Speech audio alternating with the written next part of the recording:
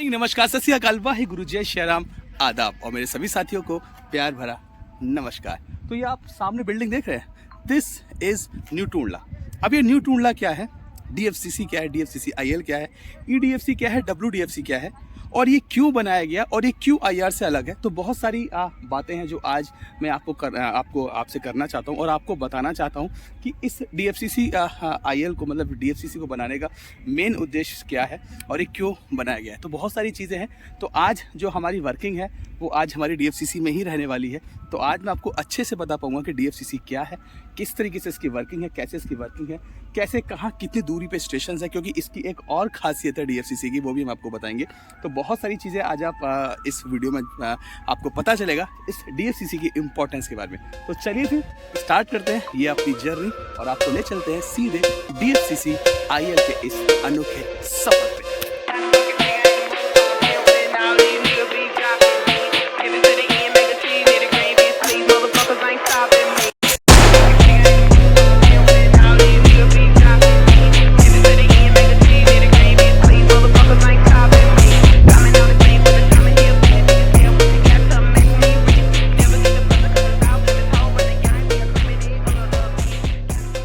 DFCCIL यानी dedicated freight corridor corporation of India, जिसको हम नॉर्मली डीएफसीसी भी कहते हैं, क्योंकि हमारे टर्म होती है कि हाँ भाई आज वर्किंग का है, कि आज डीएफसीसी में वर्किंग है, आज कहाँ वर्किंग है, आज आईआर में वर्किंग है। तो इस तरीके से हम लोग की जो टर्म्स हम लोग यूज़ करते हैं। लेकिन एक अगर टेक्निकल बात करें तो दिस इज़ डीएफसीसीआईएल। और अगर मैं इसकी निर्माण की अगर मैं बात करूँ तो 30 अक्टूबर 2006 को इसका निर्माण हुआ था। अब इसको जो बनाने का उद्देश्य है वो उद्देश्य है कि गुड्स का जो संचालन है वो इस पे हो सके। क्योंकि होता है क्या, अगर मैं आईआर की बात करूं और आईआर और डीएफसीसी में अगर मैं कंपैरिजन करूं तो आईआर में क्या है, देखिए हमारा मेल का भी संचालन रहता है, ठीक है, उसके साथ साथ स्पेशल ट्रेन का भी संचालन रहता है, पैसेंजर्स का भी संचालन रहता है, गुड्स का भी संचालन रहता है। तो जिसकी वजह से क्या जो आवागमी थी उसमें मतलब देर हो रही थी, डिटेन हो रहा था, डिटेंशन आ रहा था, गाड़ी एनआरटी हो रही थी, नहीं चल पा रही थी। तो गुड्स के लिए काफ़ी दिक्कतों का उस टाइम सामना करना पड़ रहा था। लेकिन जब से ये डीएफसीसी आईएल हुआ है, मतलब जब से डीएफसीसी आया है, उसमें क्या है गुड्स का संचालन हमारा काफ़ी अच्छा हो चुका है, क्योंकि ये बनाया ही सिर्फ और सिर्फ गुड्स का संचालन के लिए। जैसे अगर आप देख सकते हैं सामने गुड्स की गाड़ियाँ हमारी खड़ी हैं, इस एंड में दोनों साइड पे हमारी गाड़ियाँ हैं, क्योंकि अब पूरा जो माल का संचालन है वो पूरा डीएफसीसी पे आ गया है। आईआर में भी है, अभी आईआर में भी 10 to 20% है, लेकिन मैक्स टू मैक्स जो गुड्स का संचालन है वो ऑलमोस्ट इसमें आ गया है, जिससे कि जो हमारी आवागमन है वो काफ़ी अच्छा हो गया। अगर मैं स्टैटिक्स की बात करूँ, ग्राफ्स की बात करूँ तो 2019 से लेके अगर हम ऊपर की तरफ बढ़ते चले जाएं तो काफ़ी अच्छा ग्राफ देखने को मिला है, काफ़ी अच्छा जो आउटपुट है वो मिला है। क्योंकि देखिए मैं अगर पहले हम ये बात करते हैं कि जो डीएफसीसी है, ठीक है, ये कितने पार्ट्स में डिवाइड है। देखो डीएफसीसी जो है वो अभी 2 पार्ट में डिवाइड है, जिसमें हम ईडीएफसी और डब्ल्यूडीएफसी। अगर मैं ईडीएफसी की बात करूँ तो दिस इज न्यू टूंडला, ये हमारा ईडीएफसी का पार्ट है, ठीक है। और आगे हमारा जो ये आपका न्यू दादरी है, वहाँ से हमारा डब्ल्यूडीएफसी स्टार्ट हो जाता है। तो ये हमारा ईडीएफसी, वो हमारा डब्ल्यूडीएफसी। तो हम जो वर्क करते हैं वो दोनों सेगमेंट में करते हैं, ईडीएफसी भी करते हैं, डब्ल्यूडीएफसी भी करते हैं। और अगर मैं डब्ल्यूडीएफसी की बात करूँ तो वो मेरा बेस्ट सेगमेंट है, क्योंकि भाई उसमें टनल्स हैं, ठीक है, उसमें पहाड़ है, पठार है, ठीक है, बीच में इंडस्ट्रियल एरिया है ना, और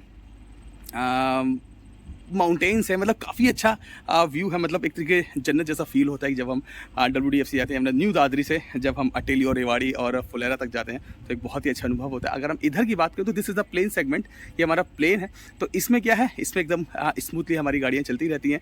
और दूसरी बात क्या है कि जो ये चीज़ बनाई गई है, ये टाइम आपके मतलब जो टाइम कंज्यूमिंग है, मतलब टाइम को ही बचाता है।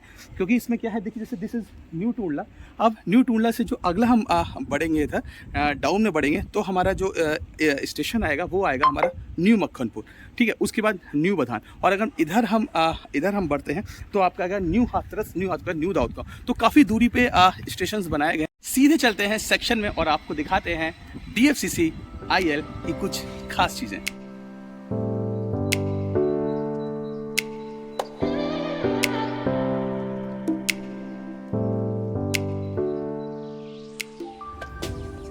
इस वक्त मैं खड़ा हूँ डीएफसीसी के न्यू बधान स्टेशन पर।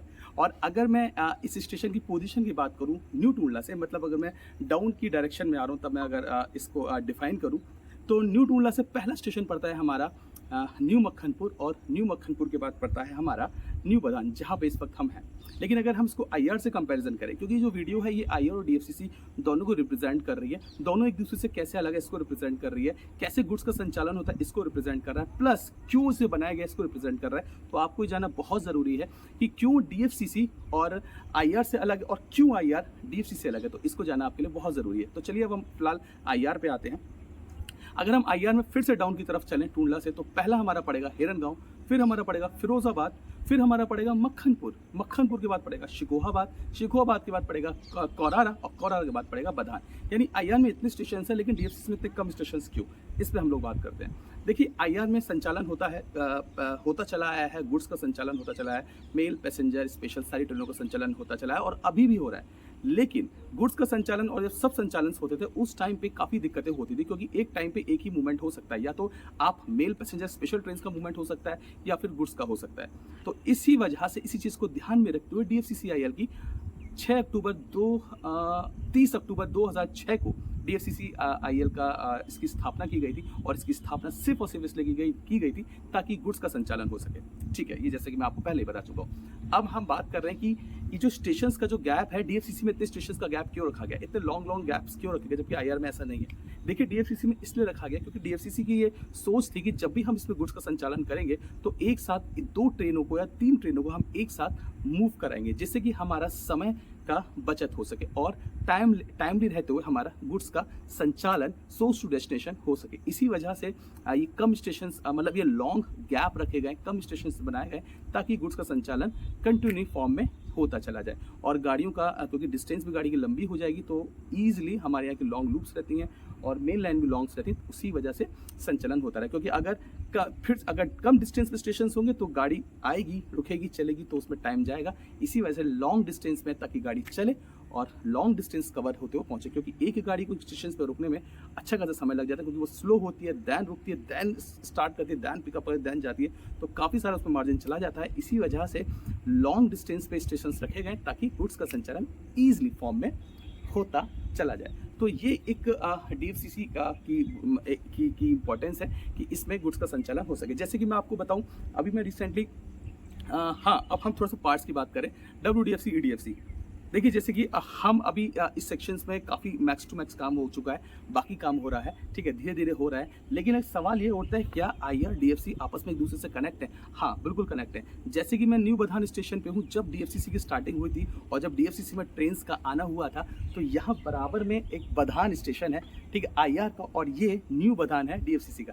वहाँ से क्रॉस ओवर से कनेक्टिविटी थी ताकि आईआर का जो ट्रैफिक है वो यहाँ पर आ सके और यहाँ से गुड्स का संचालन मैक्स टू मैक्स जहाँ तक बन चुका था वहाँ तक हो सके। तो ये स्टेशन बहुत खास है हमारे लिए, यहीं से हमारा डीएफसीसी गुड्स की स्टार्टिंग हुई थी हम टूंडला वालों के लिए, और अपनी गाड़ियों को हम यहाँ से लेके जाते हैं। अब तो खैर काफ़ी हो गया है, खुर्जा हो गया है, दाऊद खां हो चुका है, ठीक है, आगे अगर जाएंगे तो अपना न्यू भाऊपुर है, आगे हम जाएंगे तो कानपुर, काफ़ी चीज़ें धीरे धीरे कनेक्टिविटी होती चली जा रही है और ये काम धीरे धीरे ऐसे ही बढ़ता जा रहा है। तो ये आपके लिए छोटी सी चीज़ मेरे को बताना था। इसी तरीके से हमारा डब्ल्यूडीएफसी में भी काम चल रहा है और चलता जा रहा है, मैक्स टू मैक्स कवर हो गया है, बाकी काम चल रहा है, उधर भी अपनी गाड़ियों का संचालन ईजिली होता रहता है।